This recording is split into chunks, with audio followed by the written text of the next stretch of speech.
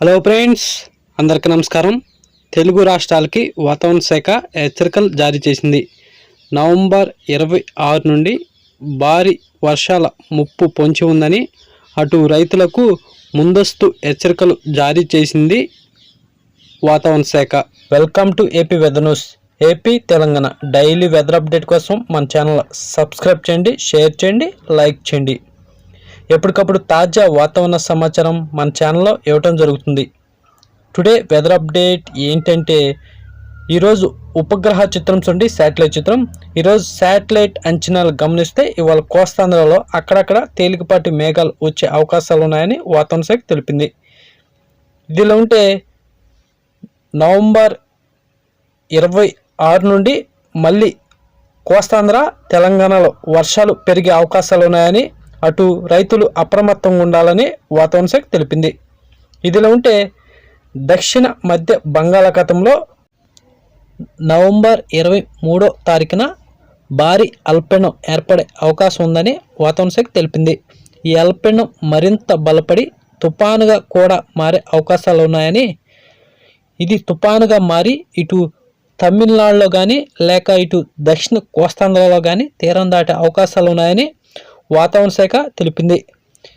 ఇది తమిళనాడులో తీరం దాటిన కోస్తాంధ్రపై ప్రభావం ఉండే అవకాశాలు ఉన్నాయని, ఒకవేళ ఇది దక్షిణ కోస్తాంధ్రలో తీరం దాటితే మాత్రం తీవ్ర విధ్వంసం చేసే అవకాశాలు ఉన్నాయని వాతావరణ శాఖ తెలిపింది.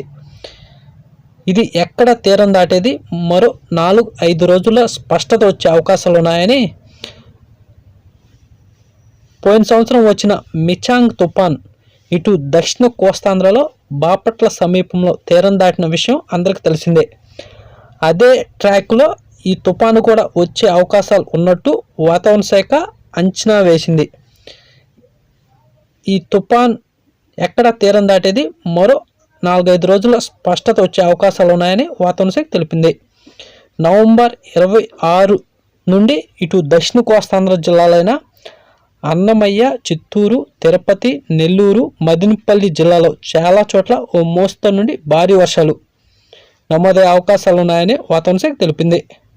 ఇటు రాయలసీమ జిల్లాలైన కడప, కర్నూలు, నంద్యాల, పులివెందుల, బళ్ళారి, అనంతపురం, సత్యసాయి జిల్లాలో కూడా నవంబర్ 26 తర్వాత ఓ మోస్తరు నుండి భారీ వర్షాలు నమోదయ్యే అవకాశాలు ఉన్నాయని వాతావరణ శాఖ తెలిపింది. ఈ తుఫాను ప్రభావం ఎక్కువగా దక్షిణ కోస్తాంధ్ర, రాయలసీమ జిల్లాలపైనే ఎక్కువగా ఉండే అవకాశాలు ఉన్నాయని వాతావరణ శాఖ తెలిపింది. ఇది ఒకవేళ దిశ మారి ఇటు దక్షిణ కోస్తాంధ్రలో తీరం దాటితే మాత్రం కోస్తా వ్యాప్తంగా భారీ వర్షాలు ముంచెత్తే అవకాశాలు ఉన్నాయని వాతావరణ శాఖ తెలిపింది.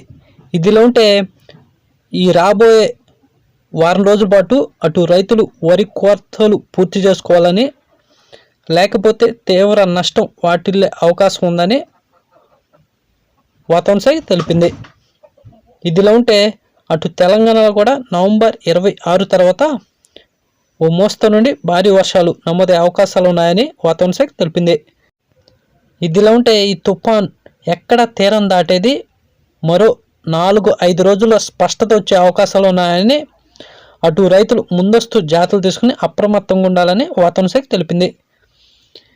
తెలుగు రాష్ట్రాల ఉష్ణోగ్రత చూస్తే తెలంగాణలో రాత్రివేళ మినిమం 20 డిగ్రీల సెల్సియస్ నమోదవగా, ఏపీలో కూడా మినిమం రాత్రిపూట 21 డిగ్రీల సెల్సియస్ నమోదైనట్టు వాతావరణ శాఖ తెలిపింది.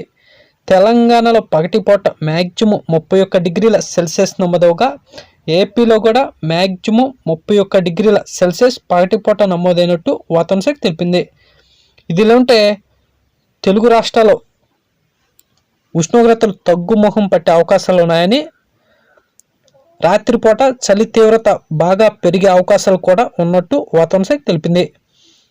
ఇదిలో ఉంటే ఈ రాబో తుఫాన్ ప్రభావంతో నవంబర్ 26 నుండి మళ్ళీ దక్షిణ కోస్తాంధ్ర, రాయలసీమ జిల్లాలో భారీ వర్షాలు నమోదయ్యే అవకాశం ఉందని, అటు రైతులు నవంబర్ 26 లోపల తమ వరి కోతలు పూర్తి చేసుకోవాలని, లేకపోతే తీవ్ర నష్టం వాటిల్లే అవకాశాలు ఉన్నాయని వాతావరణ శాఖ తెలిపింది.